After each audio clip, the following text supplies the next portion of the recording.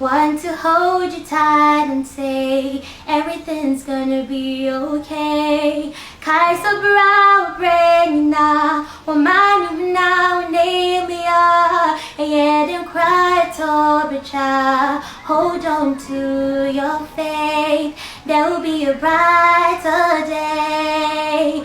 Brighter day, brighter day. Hello Ghana, my name is Adelaide. I am in my mid-20s and I'm currently visually impaired. Adelaide is blind, but she was not born this way.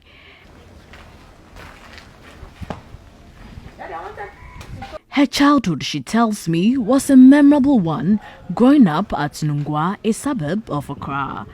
Her passion to become a news anchor, musician and a storyteller propelled her to study hard to gain admission to Ghana Senior High School. But in final year, her life changed forever when she suddenly took ill. It started one Sunday. I woke up with body pains and then I went to church. I was supposed to go to school that day actually. So when I was in church, I felt this pain in my tummy. It was quite funny. So I decided to come back home and rest for a while before leaving for school. But it wasn't getting any better, so I decided to go the next day. And then the next day, I started feeling some headaches. I thought it was just tiredness, so I wanted to rest. My temperature was still rising, and then the next day I started throwing up. It became serious. I had to go to the hospital. She was eventually admitted to the Hollywood Teaching Hospital, where she was diagnosed of cerebrospinal meningitis. Doctors told her the condition affected the part of her brain responsible for her sight. I was hallucinating too when I came out of coma, so I didn't even know I had lost my sight. But I just knew I couldn't move any of my limbs. I was seeing faces and hearing voices. So I was there. I would cry almost all the time because I just didn't understand what was going on. When I came out of coma, I couldn't even remember my name. It actually felt like breaking my eyes because it was feeling very uncomfortable. Initially, I was seeing very black. It was as black as a polythene bag, and I would close my eyes for a while and open and hope that I would see again. We have some few friends who say that if she should get to the US, there are doctors there and facilities that can help her quicken up the nervous system and she can come back. God permit this for a purpose. If there are people out there who knows a way out, that something could be done for her sight to be restored, we welcome that. Through physiotherapy, she learned to walk again, but has not regained her sight. The leaves look broader than I thought they were. And the tree is quite full. Nice. And what tree is it?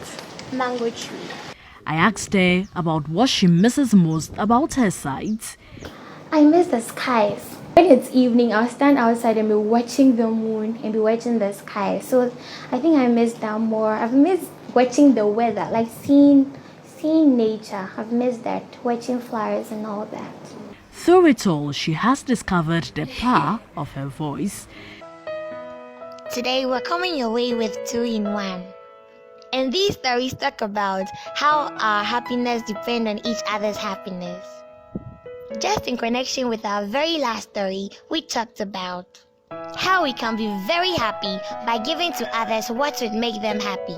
She's not given up on her dream of becoming a news anchor, presenter, musician, and a storyteller. Most importantly, she believes her sight will soon be restored. Adelaide is hopeful someone will discover her talent and see beyond her disability to help her realize her full potential.